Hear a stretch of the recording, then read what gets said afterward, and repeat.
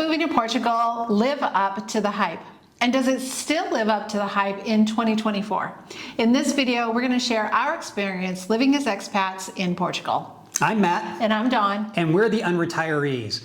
We lived in New York City for a long time, and now we live in the Silver Coast of Portugal.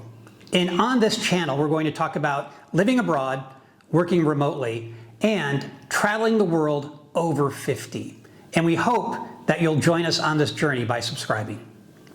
So does moving to Portugal live up to the hype, and does it still live up to the hype in 2024? Because let's face it, there has been a lot of hype over the last few years, especially about moving to Portugal. There have been articles, there's been social media posts, there's been YouTube videos, kind of like this one.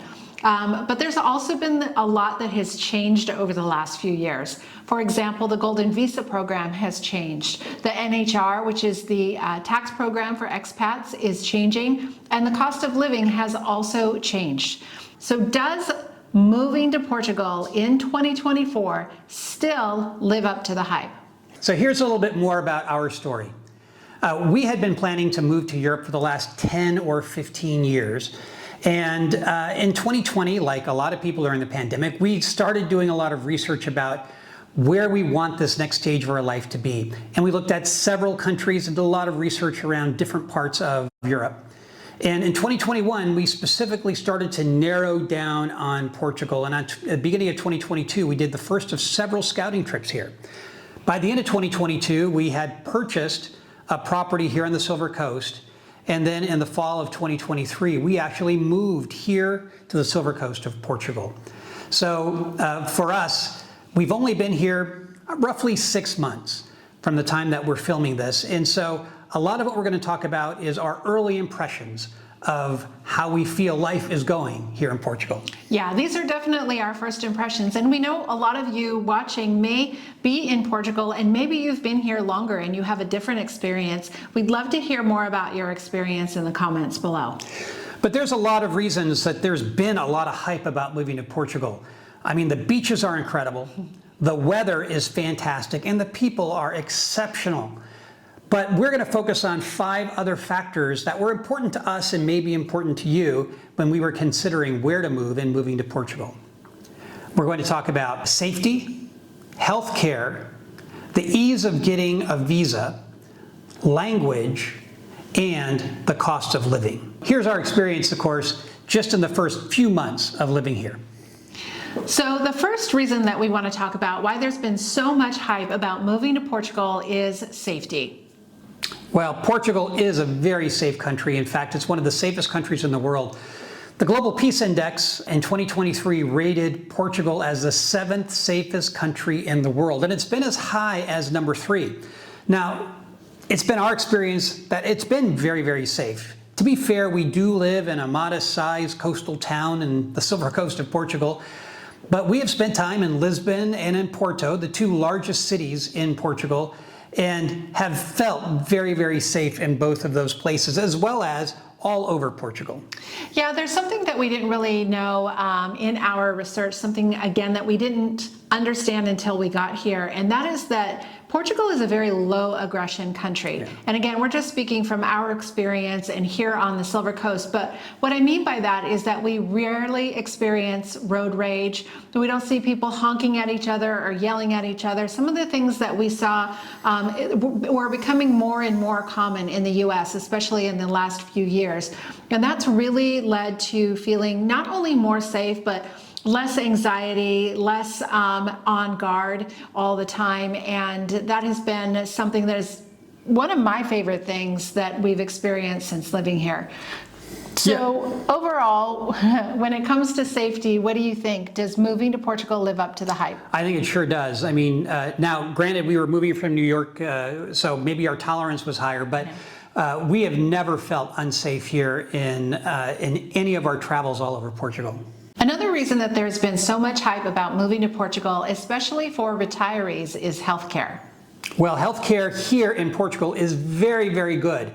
U.S. News and World Report considers the Portuguese public healthcare system to be the 24th best healthcare system in the world. And just for a point of reference, the United States is number 23. Everybody who is an official resident of Portugal is eligible to use the public healthcare system. About 25% of people in Portugal, though, also use private healthcare, and including all expats are required to have private healthcare for at least the first year that they are here.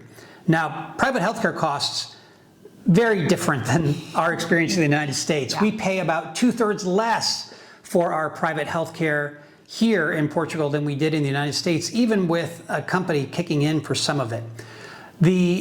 One of the other things that's very different is that in the United States, the average healthcare insurance program has a very large deductible. A family may have to have $10,000 of medical expenses before the copay actually starts to kick in. And here in Portugal is very different. It's either no or very low deductible. So the health insurance kicks in much earlier than that. Something that's really important to note as well is that even though the health care in Portugal is so much less expensive in terms of insurance than the US, this is not bargain basement health care. In fact, Portugal is ranked number 9 in the world for quality of care. Now, fortunately, we haven't had to use our insurance too much since we've been here, knock on wood, but I did have an eye injury and I did have to go to a couple of appointments. And I would say that the experience of going to those doctor's appointments here in Portugal was very good, very comparable to the US. I will say that we did something that gave us a tremendous peace of mind when it came to navigating healthcare in a new country where we don't speak the language, and that is that we do pay additionally for a type of medical concierge, and we have a nurse that's assigned to us, and that nurse takes care of scheduling our appointments, scheduling follow-up, getting our preventative care appointments set up, finding doctors that are highly rated in our area that take our insurance. Anytime that we have any sort of health question or health issue, we can reach out to them. And that has been, as I said, an absolute game changer just in our peace of mind that if we ever do have a healthcare issue while living in Portugal, that we know where to go and that we have somebody that can answer some of those questions that come up. So based on all of that, when it comes to healthcare, do you think that moving to Portugal in 2024 lives up to the hype? I think so. I mean, the costs of health insurance are so much lower. We have very little experience actually in the practical side of things and working with the healthcare system other than Dawn's couple of appointments. But honestly, Serenity, the company that we use as a medical concierge, who, by the way, isn't sponsoring this video. We just love them. We love them, and it's fabulous. And all the things that they do, including finding English-speaking doctors for us, because as you can imagine, trying to navigate a doctor's appointment with somebody where you don't speak the same language, it could be very challenging. It's been fabulous. I think this does live up to the hype. Yeah, I think if the hype around Portugal is that it is quality care at a significantly lower cost than 100%, in our experience, Portugal definitely lives up to the hype. Another reason that there's been so much hype about moving to Portugal is the relative ease of getting a residence visa, and also that you are eligible for Portuguese citizenship after just 5 years. That's right, and there are two main visas that people use, expats use when they're coming into Portugal, the D7 visa and the D8 visa. The D7 visa is designed for people who have sufficient passive income, pensions or Social Security or rental income. And the D8 visa is designed for people who are freelancers and they want to be here as digital nomads to work. Once you've been here for 5 years, as Dawn mentioned, you can apply for citizenship. And a Portuguese passport is one of the most valuable passports in the world. Right now, I think it's considered to be the 5th strongest passport in the world. Qualifications for the D7 and the D8 visa as well are easier to meet here in Portugal than in many other countries in Europe. For us, our experience was pretty smooth. It took a little bit longer than we thought, and in fact, we're still waiting for our official residency cards to arrive in the mail. But it was pretty smooth and well documented. I think one of the things that actually was very helpful was in Facebook, and this would be true probably of any country you would consider.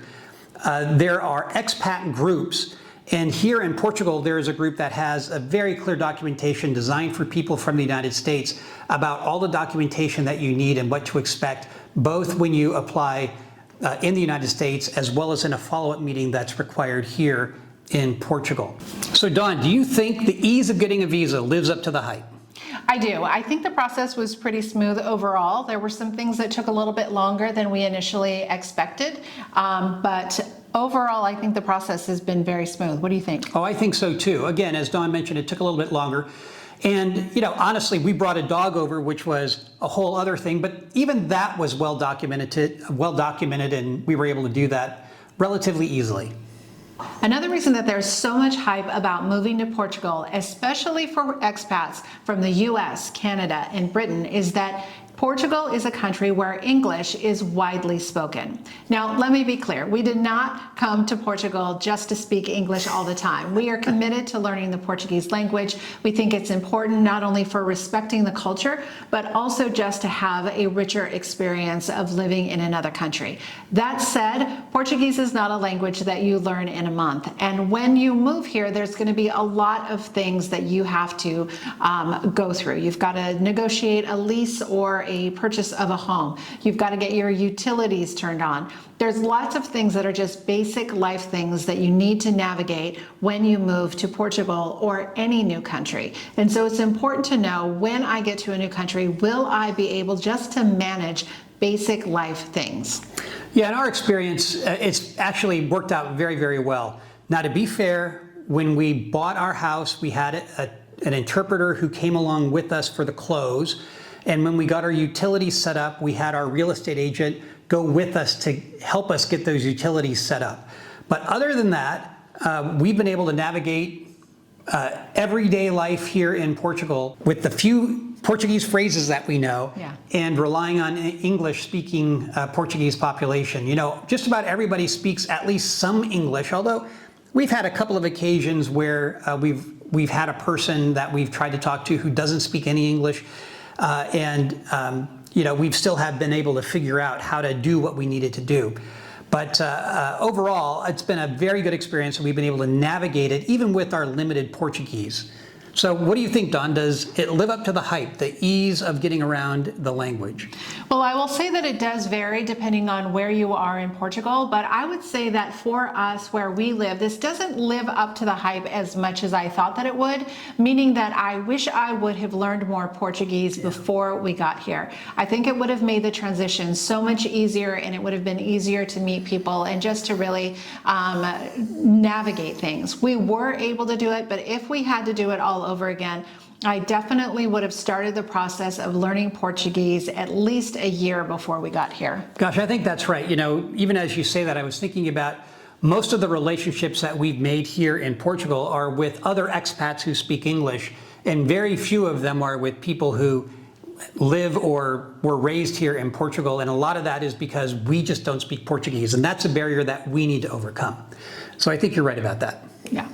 Another reason that there's been so much hype about moving to Portugal is the cost of living, but that's changed a lot over the last few years. So is moving to Portugal really a lower cost of living than the US? Well, the answer is, of course, it depends. It depends on where you live in the US, it depends on where you live in Portugal, your lifestyle, and a lot of other factors. We'll give you one example from our own experience of moving here. We bought a property here that is very similar in square footage and layout to a property that we have in the Northeast in the US. Now, all things considered, we paid about the same in Portugal that we did in the US. So from that perspective, we didn't get more house for the money here in Portugal. However, if you were to take the property here and put it in a comparable climate, for example, the Central Coast of California, this property would have been easily 2, 3, even 4 times the price. So even though we didn't get more house for the money, we got a huge upgrade in our lifestyle here. I think that's right. And just to sort of go through a few things, food and going out is probably 50% less here than we experienced in the Northeast of the United States. Healthcare, as we mentioned before, is less expensive. Insurance for cars or home, much less expensive here. Property taxes are very, very much less expensive, about 1/20th what we pay in the Northeast in property taxes. It's incredible. But there are some things that are more expensive. To buy a car is more expensive here than it would be in the United States for the same car. Gasoline is more expensive. So right now, gas is about €1.70 a liter, which is roughly $6.50 a gallon. So that's more expensive than maybe everywhere in the United States at this point. And here in mainland Portugal, you find yourself on toll roads frequently, and those tolls can add up. So, so those things are expensive. And then one of the other things that can bite you are taxes. Personal income taxes are more expensive here than they would be in the United States. So, what do you think? Cost of living. Does it live up to the hype, a lower cost of living here in Portugal?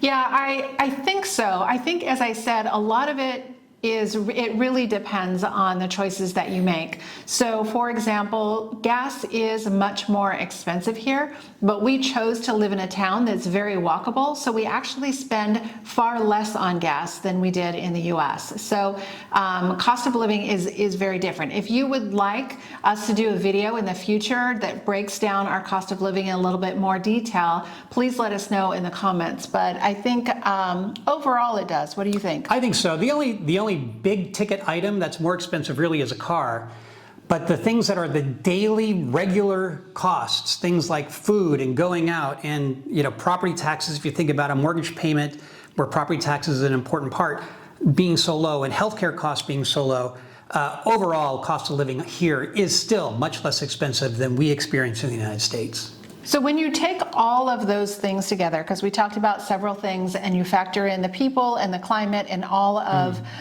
the reasons for the hype about moving to Portugal, do you think it does live up to the hype?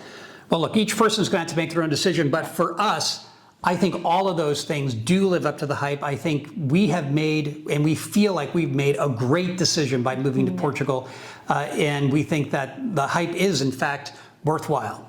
Yeah, absolutely. We researched so much, as Matt said. We researched for years and we did some scouting trips. But even with all of that, there are things about Portugal that we had no idea until we lived here. I feel like we are continually finding new reasons to love this country and to feel really good about the decision that we made. So for us, absolutely, moving to Portugal in 2024 still lives up to the hype, and we couldn't be more thrilled that we made this decision. Right. If there's anything that you have a question about, as Matt said earlier, that we have not covered or that you want to know more about, please leave a message in the comments, and we will do our best to be helpful.